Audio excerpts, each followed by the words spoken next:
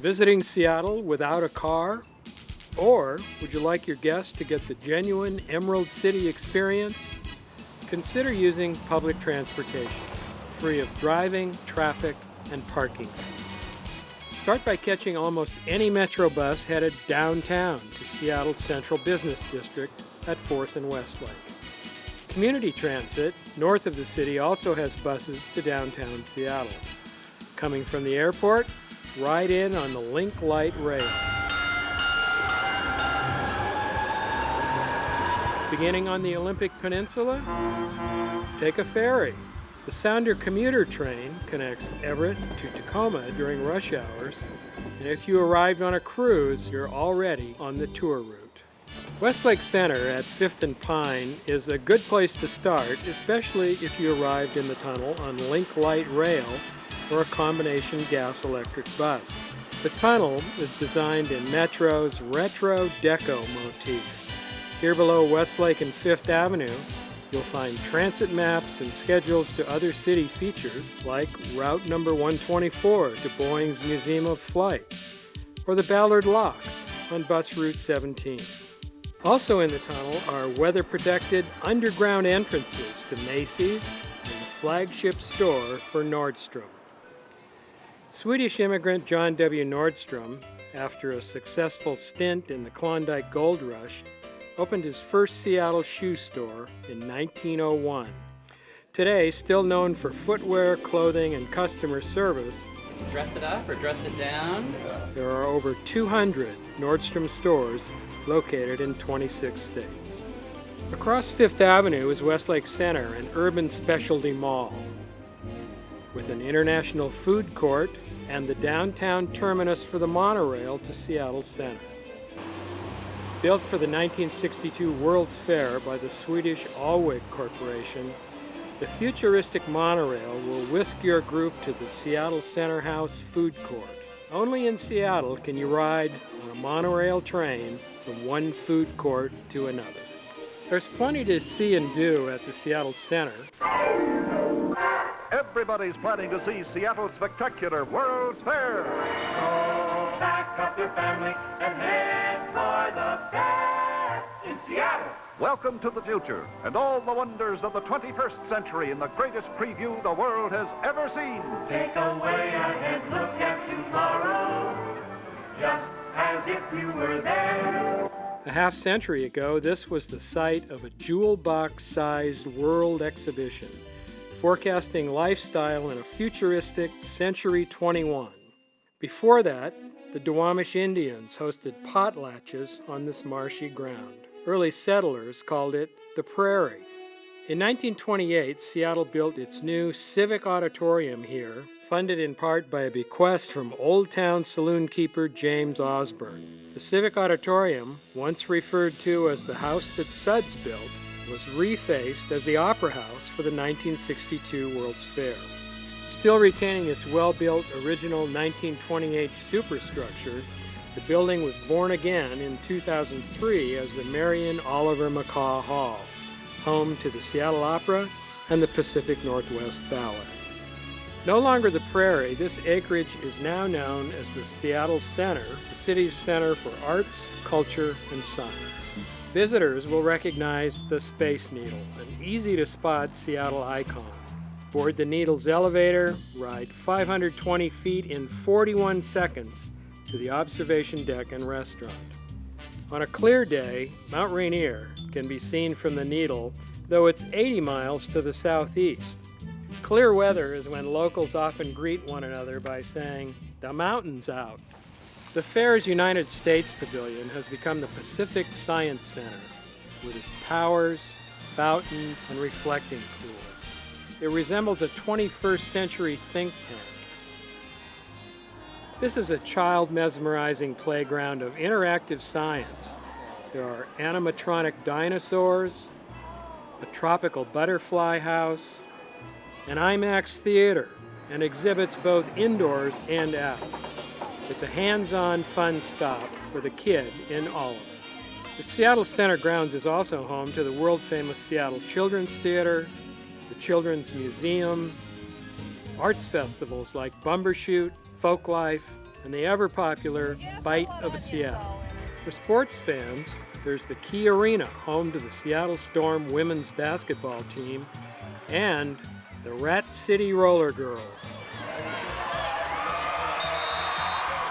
Rock music fans will enjoy the Experience Music Project, an interactive museum that celebrates rock and roll, its roots in jazz, soul, gospel, country, and the blues. EMP is also a concert hall, and in this same Frank Gehry designed building is the Science Fiction Museum, the world's first museum encouraging storytelling, prediction, and future thinking. The Sci-Fi Museum's Hall of Fame honors writers, filmmakers, publishers, designers, and artists. Science fiction has always been a part of trying to explore where we're going. What does this mean for us? What does the future hold for us? Music and science are a passion for Paul Allen, the co-founder of Microsoft, who has gifted Seattle with these two unique venues. Mercer Street stretches along the north edge of the center grounds. Remember McCaw Hall and its stage built especially for the Seattle Opera and Pacific Northwest Ballet? Nearing its 50th anniversary, the Seattle Opera is known internationally for its presentation of the Ring Cycle, Wagner's great opera in 4 parts based on Norse mythology. The Pacific Northwest Ballet has grown over the years, presenting a full calendar of classic and modern ballet. Every holiday season, PNB stages its unique version of the Nutcracker, with sets designed by famed children's book illustrator Maurice Sendak and choreographed by the ballet's own Kent Stowell. The cannons go off, they squeal, the mouse comes out, they squeal, and when the curtain comes down and they go out in their nice party dresses that they came in, and they dance down the streets as they go home. Further west on Mercer Street is the Intiman Theater, producing American stories, world masterpieces, and thought-provoking writing. Next door is the Tony Award-winning Seattle Repertory Theater, with a mixed season of classics, Broadway hits, both off and on, along with cutting-edge new works in the Bagley Wright Theater's 3 auditorium spaces. Across Mercer Street is Teatro Zinzani, once described as Moulin Rouge meets Cirque du Soleil. It's a combination of circus, vaudeville, European cabaret, and dinner theater, performed in a century-old Belgian mirrored tent. Very entertaining. Check it out. Return to Westlake Center on the moderately priced monorail or meander south by foot on Avenues 1 through 5. The waterfront will be on your right. At 5th and Denny is Tillicum Place, a small park with the statue honoring Seattle's namesake, Chief Sealth, the son of royalty from both the Duwamish and Suquamish native tribes and a protective friend to early settlers. Pass through Belltown and over the Denny regrade. Why regrade? Originally, this was the 107-foot-high Denny Hill. City engineer Reginald Thompson preferred it leveled for trolley and horse-drawn traffic. It was regraded in 2 phases between 1910 and 1930 by hydraulic steam shovel. The earth was hauled away to Elliott Bay, creating a larger waterfront, and the remainder was sluiced away, all in the name of progress. If proposed today, a regrade wouldn't get past the first environmental impact statement. This was the biggest of Seattle's 50-plus regrades. Today, Belltown is bohemian, trendy, and has its own off-leash dog park. Condominiums, restaurants, and nightclubs are along this short walk back. Don't feel like walking the whole way? Buses are a free ride from here to Westlake Mall. Look for the free ride zone boundaries at bus stops or ask the helpful coachman. Back at Westlake Center, in the intersection of 5th Avenue and Olive Way, is yet another mode of public transportation, the South Lake Union streetcar. It travels up Westlake to South Lake Union Park. The Museum of History and Industry, or MOHI, is moving into the former Naval Armory. South Lake Union Park is a perfect place for a picnic with its green area and views over Lake Union. See the factory-like structures on the far north end of Lake Union? That was once the Seattle Gaslight Company, now reimagined as Gasworks Park. It contains remnants of the sole remaining coal gasification plant in the country. In warm weather, Lake Union is teeming with sailboats. Stop by the Center for Wooden Boats. Here's where maritime history is preserved, comes alive, and is passed along to future generations. Rent a sailboat or rowboat. Not trained in watercraft? They give lessons. Unfortunately, you'll be unable to return downtown by boat. The quickest way back to Westlake and Fifth Avenue is the streetcar. Back in Seattle's central core, all the numbered avenues have points of interest. Here are some suggestions. The Paramount Theater, featuring touring shows and concerts, is on 9th Avenue and Pine Street.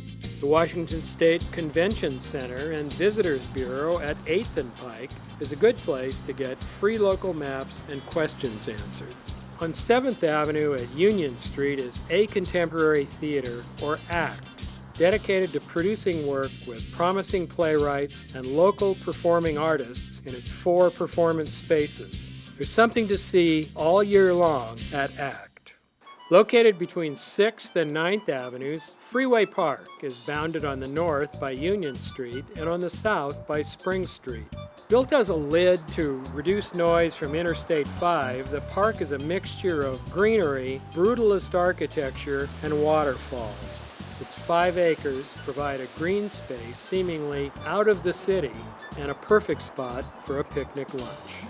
By free bus or foot, head south. On 5th Avenue, pass through the lobby of the City Center building and see an extensive, permanent collection of fine glassworks from internationally famous Northwest artists. If the 5th Avenue Theater is open, get a peek inside. Built in 1926, the interior architecture replicates historic Beijing China landmarks. In the theater dome, surrounded by colorful, symbolic themes, is the Great Dragon. Pretty impressive. The Fifth Avenue Theater is home to locally produced musicals and road shows. If one is playing, be sure and check it out.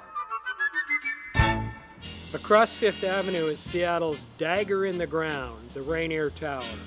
Engineering oddity? Not really. This makes it seismically sound. Around the corner on University Street is the Fairmont Olympic Hotel. Built in 1924, the Olympic has hosted presidents, royalty, and movie stars. It was restored to its original glory in 1981. The hotel's Georgian room is the perfect spot for an elegant afternoon European tea. Our last 3 stops are part of an 8-block plot that was the original site of the University of Washington.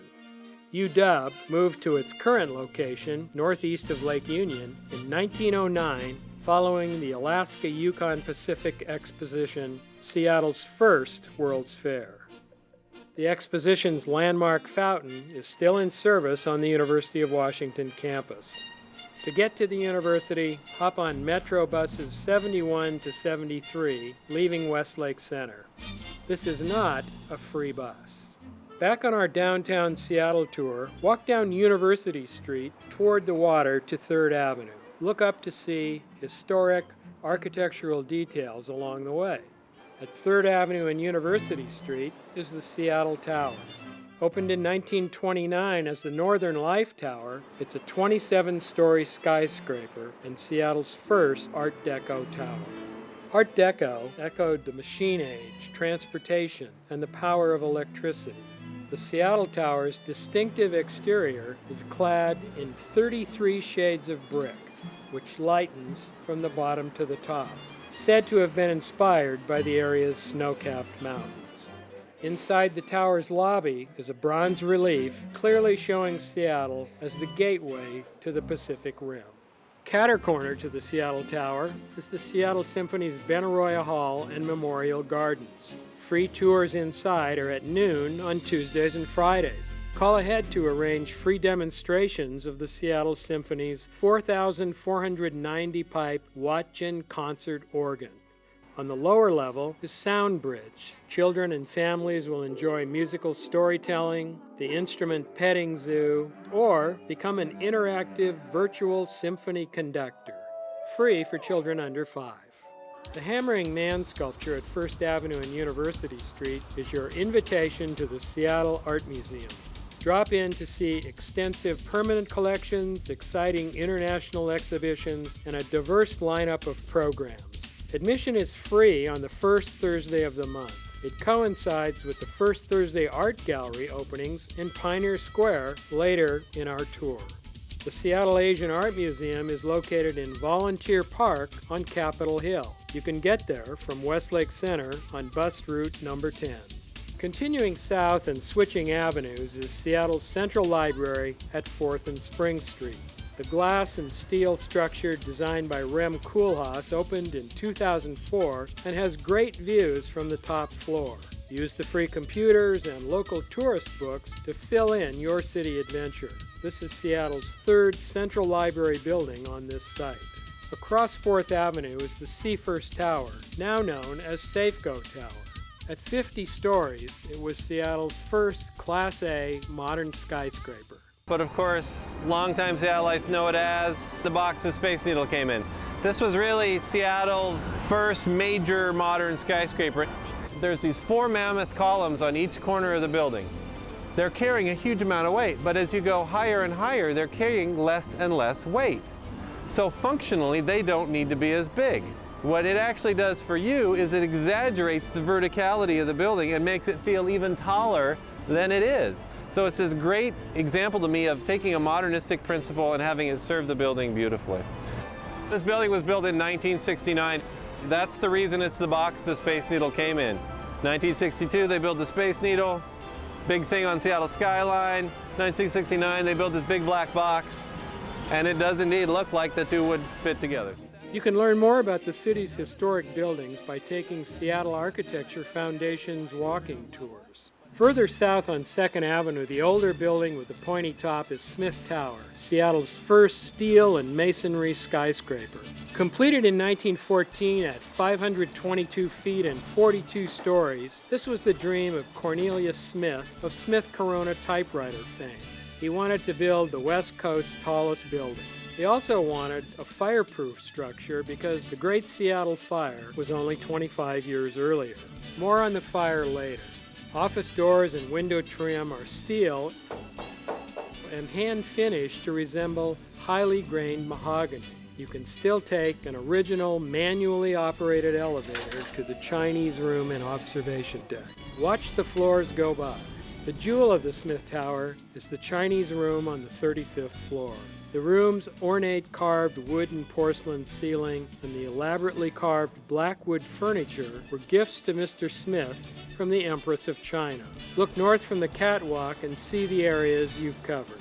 For over 50 years, the Smith Tower remained the tallest building west of the Mississippi.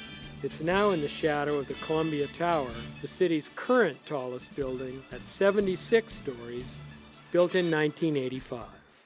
As Seattle grew, streets were planned. Notice the bend in streets at First and Yesler? Arthur Denny and Carson Boren owned the northern plots and wanted their streets to follow the Elliott Bay shoreline.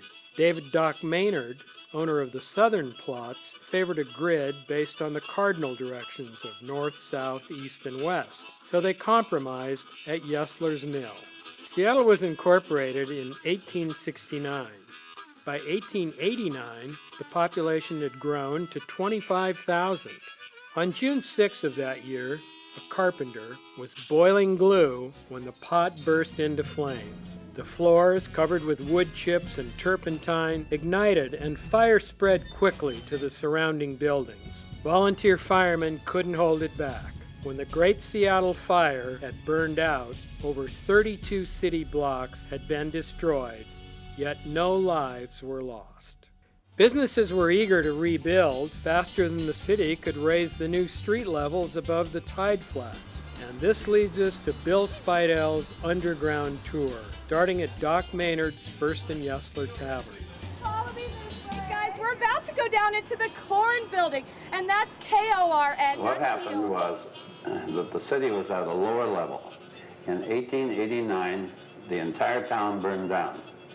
They raised the streets in the lower part of town, which is Pioneer Square, anywhere from 8 to 35 feet. And it was cheaper to leave the sidewalks hollow than it was to fill them in.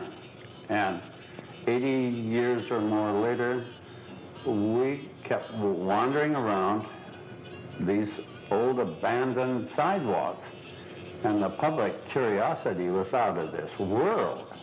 That's how we started the underground tours. This walk through Seattle's past is loaded with stories about Seattle's Great Fire, how the tides interfered with the city's new sewer system, the origin of terms like clip joint, the 2000 tax seamstresses who didn't sew, and the more recent sinking ship garage.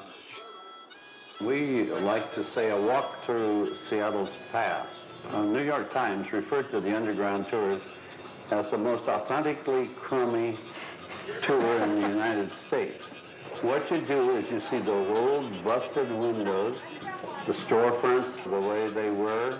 Most of the time, people think it's absolutely smashing. Warning, this is an R-rated tour.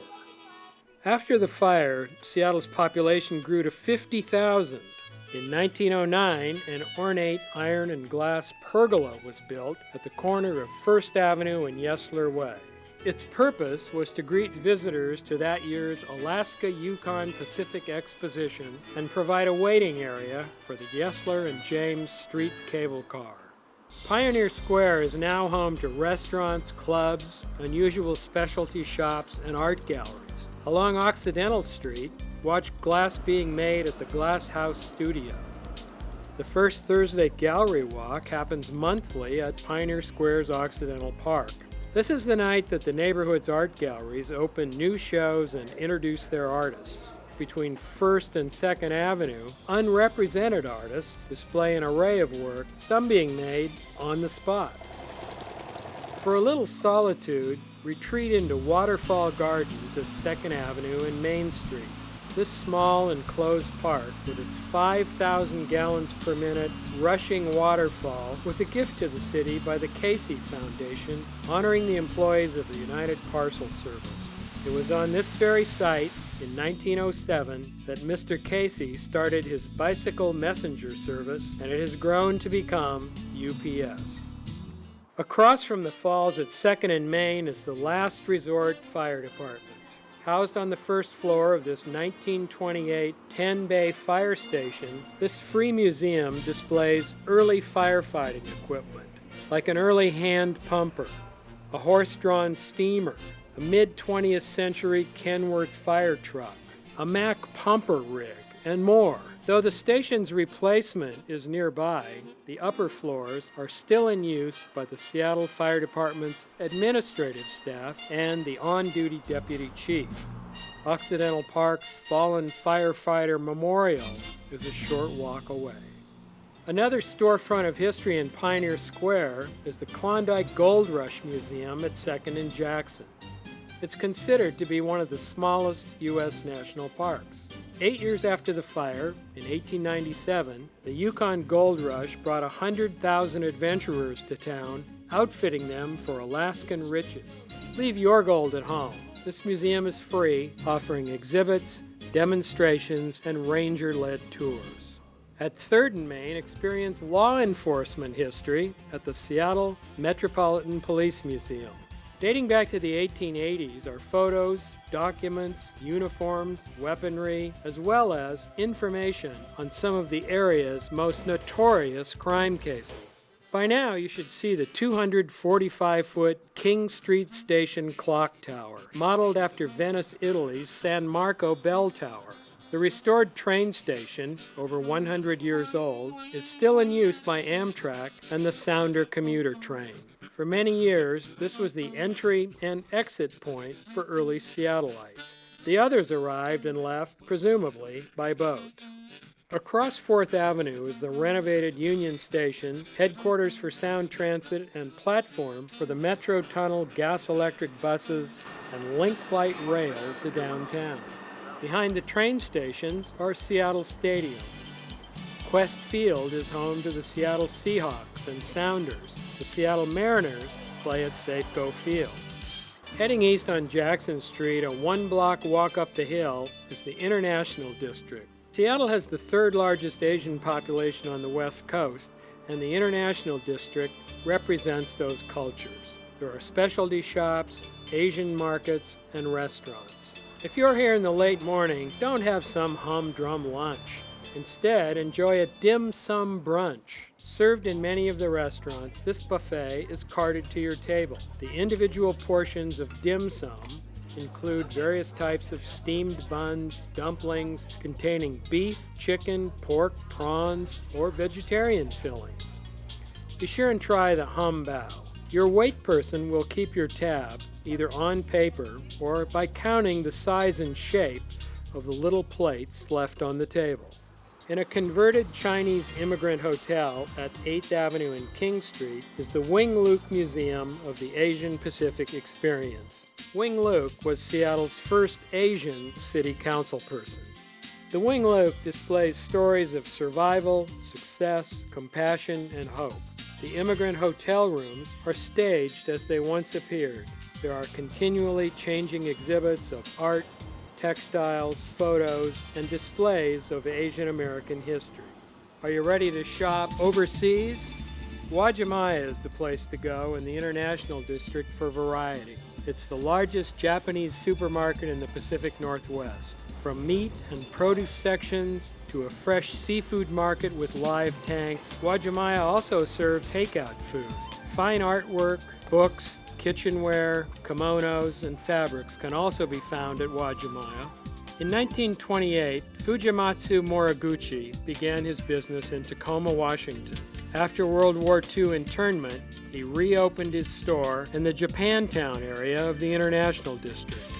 Now in its third building, Uwajimaya is still run by the Moriguchi family. Speaking of fish, it's time to find the waterfront. Metro Route 99 leaves the International District for the waterfront via Pioneer Square every half hour, and this is a free bus. Once the city's working port, the waterfront is now lined with shops and restaurants, including the original Ivar's Fish and Chip stand. Impress your guests by shouting your order to the cook. The counter personnel will instruct you. I need to go through the crowd, front to back. I need all of your fried orders, get those done with my cook. I'll come right back for any chowder and drinks. Prawns and chips. A few minutes later, despite the chaos, Okay, sir, you got 2 salmon, 2 oyster, 2 clam. lunch arrives. You'll be left wondering, how do they keep it all straight? Head to Ivar's waterfront deck and share your chips with the seagulls. Ivar encouraged it. For a view of Seattle from the water, walk onto the Elliott Bay water taxi at Pier 50. A short ride will take you to Alki Beach and back.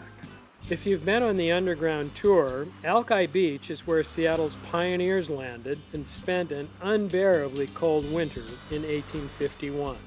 They called their settlement New York Alki. Alki is the Chinook Indian word for by and by, predicting the area would become the New York City of the West Coast someday. Remember, Incorporated Seattle isn't quite 150 years old. For a longer cruise, buy a one-way ticket on the Washington State Ferry to Bainbridge, boarding at Pier 52, and don't get off at Bainbridge. About an hour round trip, the Seattle skyline is beautiful from the water, especially at sunset. Want a little history with your cruise? At Pier 55, get a ticket for the Argosy Harbor Tour. A lot of people think of Seattle as one of the rainiest cities in the country. In reality, we only get about 37 inches of rain a year. Argosy offers a series of water tours depending on your schedule and interests. Time to shop. Pier 54 is home to the Ye Olde Curiosity Shop, a collection of weird, freaky, kitsch tourist items. In business since 1899, it's both a gift store and a licensed museum. Check out the mummies. That's a real mummy in there? Yeah. Further up the waterfront on Pier 57 is the Seattle Aquarium. It's a touching experience for kids. Watch the sea otters entertain naturally, examine your favorite sea creature at the glass seawall, or walk and relax among the fishes. The Seattle Aquarium is educational and fun. Unfortunately, the Woodland Park Zoo isn't downtown, but you can get there on Metro Route number 5. At the north end of the waterfront is Seattle Art Museum's Sculpture Park, the 9-acre outdoor sculpture museum with a beach. This was a contaminated industrial site until the 1970s, when the Seattle Art Museum proposed transforming it into one of the only green spaces in downtown Seattle. It's a free outdoor sculpture park with both permanent and visiting installations, one of the country's most unique outdoor art displays. For those cruise passengers with us, here's where you joined the tour. Now on to the world-famous Pike Place Market. Return by waterfront to the aquarium and walk up the Pike Place Market hill climb. It's wheelchair accessible too. The market is one of the country's oldest continuously operating public farmers markets. Every morning it bustles with fruit and vegetable producers, come on in, a lot of fresh fish inside, fishmongers, butchers, and more, each presenting its own dazzling display. There's even an artisan cheese factory. Pike Place Market began in 1907 as rumors spread of middlemen price-fixing between the farmers and the public. At that time, Seattle's City Council established a public farmers market along the newly constructed 4-block boardwalk known as Pike Place. Real estate company owner Frank Goodwin observed the early morning chaos of farmers dealing with large crowds. Sensing the land was about to appreciate in value, he began to heavily advertise adjoining plots for sale. Work began immediately on what is today the main arcade of the Pike Place Market. Over the years, the market survived depressions, recessions, Japanese internment, and 2 world wars, only to be derailed by post-war suburbs, supermarkets, and urban renewal. In the late 1960s, prominent architect Victor Steinbrueck fought to save the Pike Place Market from the wrecking ball. An initiative was passed creating a historic preservation zone, returning the market to public hands. Steinbrueck Park is at the market's north corner, viewing west over the Puget Sound. Check out the Athenian Cafe. They've been serving breakfast and an amazing variety of beer since the market's beginning. Local nectarines are here. Come on in for a taste. At the market, you can gather the ingredients for a true Seattle dinner. Local salmon is the choice to make.